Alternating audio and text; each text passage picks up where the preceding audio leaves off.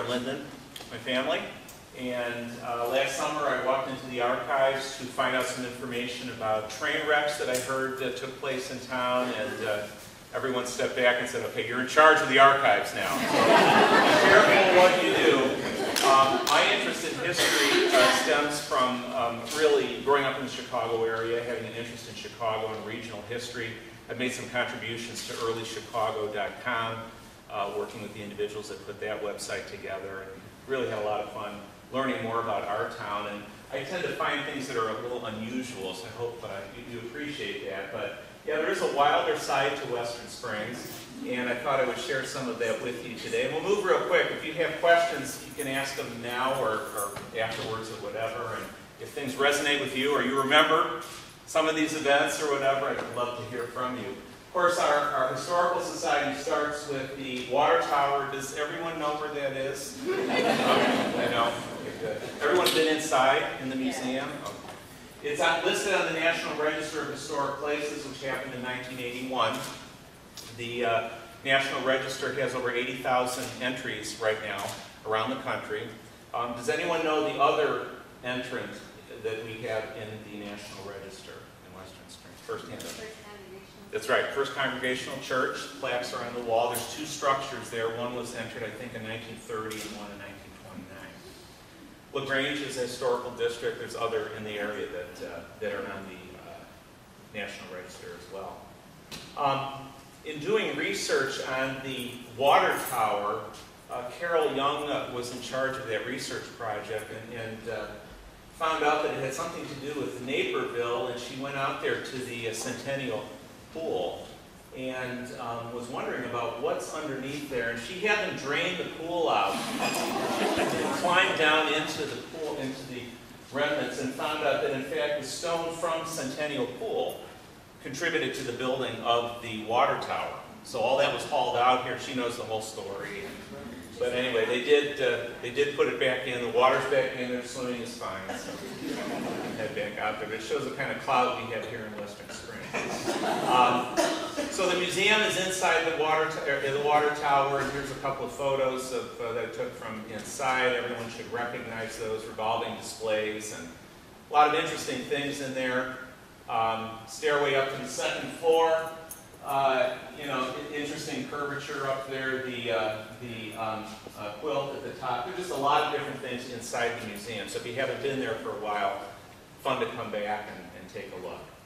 Now we're going to step back a little bit into time, and of course Western Springs did stem from the sale of spring mineral water that came from our town. This is one of the earliest finds I could find in the Chicago Tribune in 1875. In which it talked about Western Springs mineral water, which I guess is being given away at the corner of Clark and Washington in Chicago. And if you can read down there, it cured diseases of the kidneys, inflammation, Bright's disease, diabetes, etc., etc. So if there's any doctors in the crowd here, you know, maybe drilling a hole back in Spring Rock Park might be the ticket. But so it was actually something that was well known, and actually on eBay every now and then you'll find some things right pertaining to the spring water. So, the monument to the spring is out in Spring Rock Park, so everybody should make a pilgrimage there and see that. That's the little stone that's over here, and you can see up at the top is the shelter that was built in the 30s by the WPA. And I'll come back to that one in a minute. So a couple of historical items. Trying to go forward chronologically, this article was in the Tribune. And by the way, these articles can come from the Tribune, the ProQuest archives, which are available to us as residents of Cook County through the College of DuPage. So if you get a library card from the College of DuPage, you're able to log in at home and waste lots of time looking for interesting articles about Western Springs and the rest of the world. It's fascinating. It's a lot of fun. I'd be happy to help you do that. But I don't know if anyone remembers this, but in October of 1898, there was a scare in town because that was the night that the town was illuminated by Thomas Edison. And I guess that men went into town on the train and came back at night, and the place was all lit up, and that was something different, so they thought that the town was on fire. And it actually says here that Citizens returning home on evening trains from Chicago were horrified when still several miles from their homes to see a bright glare over the town. So that really must have been a shock. We take it for granted now.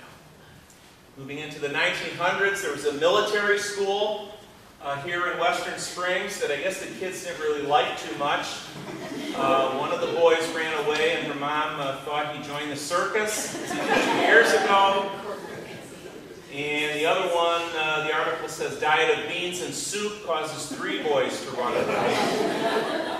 So I believe that this military academy was kind of in the area of where the tollway is now, so somewhere out there. No, am I wrong? Uh-oh. It's on Lawn Avenue between Elm and 47. Okay. East side of the street. Okay. Midway in the block. Okay. It's a U-shaped building. Part of it burned down, but it's just one leg of the building. It's still there now. Really? It's occupied. Oh, good. Not by the boys, though. Not by the way. No more military school here in Western Springs. So, okay, that's interesting. Good. Very good. I couldn't find where the location was exactly, so that's interesting. Any other comments about it? Was it well known in town, or was it? How did it come about? Does anyone know? Well, there's a picture of the boys right there in their uniforms and bands and so forth. Okay. The map shows up with Ashland Avenue instead of Lawn Avenue. Okay. Okay. Well, we'll have to dig into that more. That's good. But apparently, at least we know for a fact the food wasn't any good. Moving on, Ring Lardner, who was an author and a columnist for the Tribune and a national author, sports author, lived in Riverside and at least wrote one article featuring Western Springs. The content's not that exciting, but I just thought it was interesting to see Ring Lardner associated with our town. A couple of people have mentioned to me they thought Ring Lardner lived in Western Springs. I don't think that's true. I'm pretty sure he lived in Riverside and have the address of his house there. So. He was a contemporary of people like H.L. Mencken and others. So he wrote a lot about baseball. I just watched, there's a movie on the Turner Classic Movies the other night called Elmer the Great, and he was one of the co-authors of baseball. Yep. We've had train wrecks, 3 train wrecks, 1909, 12, and 15. These are some of the pictures from those wrecks. If you look on this one, here you can see faintly in the distance the water tower in the back. So the location of these train wrecks was between, all 3 of them, between Spring Rock to the one end and Gilbert on the other end. I keep hearing about this myth of a train fell off the tracks and is submerged in Spring Rock Park. I see no evidence of that. Does anybody know? Can we quash that rumor, or is it true? Does anyone know? We should keep it going. Keep it going? I won't tell anyone, but there's nothing mentioned in the newspapers or whatever, but the earliest wreck, the train did fall off into Spring Rock Park, and they had to come and tow it away. I believe the 1912 wreck did have fatalities, so there were like 13 people or something like that were killed in the wreck, and they're all odd circumstances. A train rail was broken in one case. In another case, a freight train jumped the tracks and went right into the way of the other train coming in the other direction, caused a huge wreck. In every case, it had to do with speeding. They were late. It was, they wanted to get home faster, that kind of thing. So I don't think there's been anything since then, though. Has anyone been any? I haven't seen any evidence. So hopefully we're done with those. But that was right along the